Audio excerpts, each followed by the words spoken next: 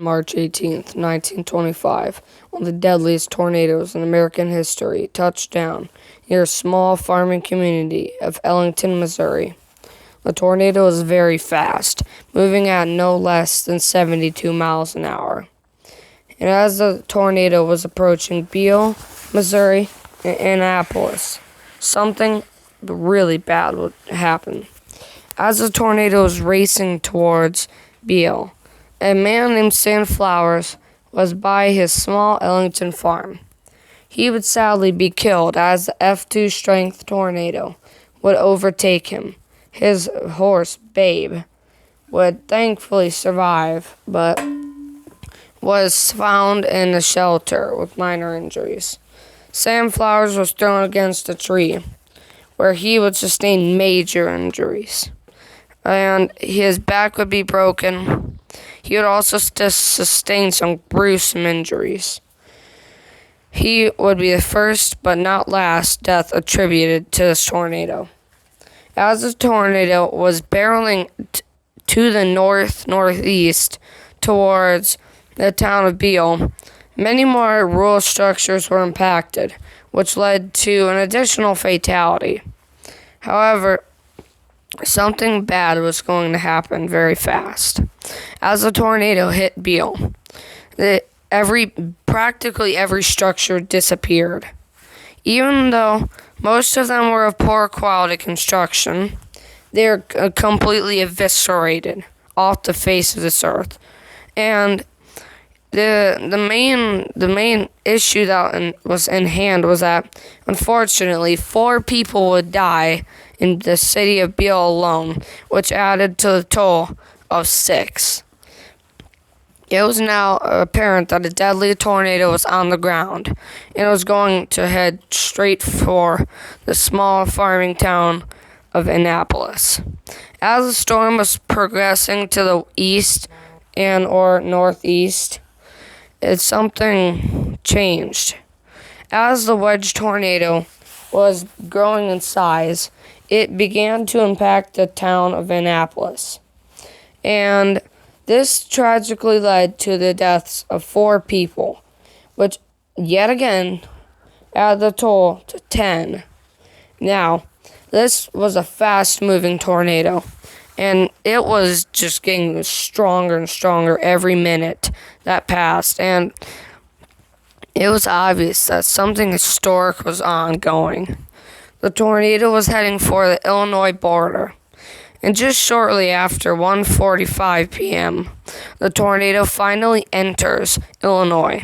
This would become very tragic, because you see, the tornado was heading directly for Illinois. But let's go back in time a few minutes ago. As the tornado was approaching Annapolis, a small town called Brazo was impacted with basically every structure disappearing. 3 others died, with a staggering toll now at 13. Let's go back to where we were. The tornado would finally enter Illinois, and this is where it would do by far the most tragic thing it ever would. As the tornado was heading for Murfreesboro, it finally entered F5 stages. And basically every structure, either poor quality or brick homes, they just disappeared. And small brush fires were started along the town. Then a washing machine factory was impacted. Many washing machines exploded, and that caused giant deadly fires. And tragically, within Murfreesboro, a few schools were destroyed, every structure gone. And tragically, 234 people would die in the city alone. The supposed death toll was 300, but this is the most lethal tornado impact on a town until later times. This is a deadly tornado now, confirmed deadly tornado. The winds were wrapping around 300 miles an hour. It entered a brief rain wrap stage in its life, and although There is no photos of the actual tornado itself. It painted a bleak picture of what was going on. A violent wedge tornadoes impacting towns and killing people. The death toll reached 247. And as the tornado is still entering Illinois, it sped up to 68 miles per hour, nearly 69. Then many more people would tragically lose their lives along the path. And in some towns, it was just a barren wasteland. Literally nothing existed, not even a basement. Ground scouring was spotted nearby in some fields, and cyclonal markings were also spotted. This tornado had enough power to shred a home like paper. Literally everything vanished into the atmosphere. Not one trace of any town was ever to be seen again. And according to some locals in town, it sounded like a jet roar, like a literal train passing by. And yes, this tornado had a staggering death toll of nearly 500. And it clearly had a lethal impact on every town it touched. And now the tornado is almost halfway through Illinois. When many other small towns were impacted, that tragically led to even more people being killed. This was a deadly tornado, and it is becoming historically known. It was also becoming the deadliest tornado in American history every moment that passed. The death toll was staggering. It did not change one bit, or I should say lower. The death toll got so dramatically high that the dead bodies that were even dead or injured couldn't be found. And according to some eyewitnesses, children and many residents saw a sheriff reportedly get sucked into the vortex, and his body was never found again. Finally, the tornado has left Illinois, and it was reported that 599 people were killed instantly in Illinois alone. And finally, this last stages of its life. As the tornado was entering into Indiana, as many small towns such as Griffin and or Owensville and Princeton were next on the target. The tornado finally impacted Griffin, but this time it wasn't going to be a fun thing. 45 additional bodies were found, with another 50 being never found again. Now the death toll has officially reached 606. I may be wrong with my math, but whatever.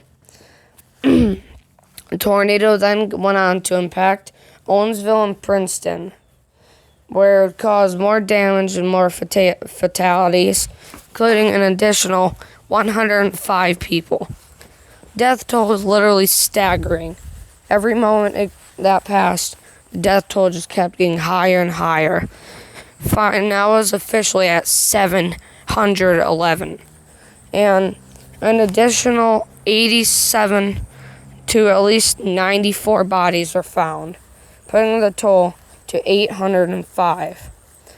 Another notable mention was that after the tornado passed, a family of tornadoes preceded the main, and including in Griffin, a reported double funnel tracked for 3.5 miles alongside the main circulation, and that put it in a historical landmark. But this tornado definitely deserved more titles. For now, this tornado has finally ended, and the wrath was over. More tragically, 805 people would be killed, along with 2,500 others that would be critically injured, some later on being killed. But it wasn't just the tragedies that stuck out. It was the unmistakably violent winds that shredded everything apart. As the tornado left Indiana, or I should say, the Indiana-Illinois border, many other tragedies would follow. And if we're going to talk about devastating, we should also give the honorable mention to the tornado that struck near Laconia in Kentucky. It was likely at F5 intensity when struck, as a bridge was collapsed within the face of the winds. It wasn't just the tragedy as it stuck out, it was everything. And if we know anything about this tornado, is that nothing could stop it. Not even warnings. But this tornado deserves the ultimate title of the Wall of Destruction.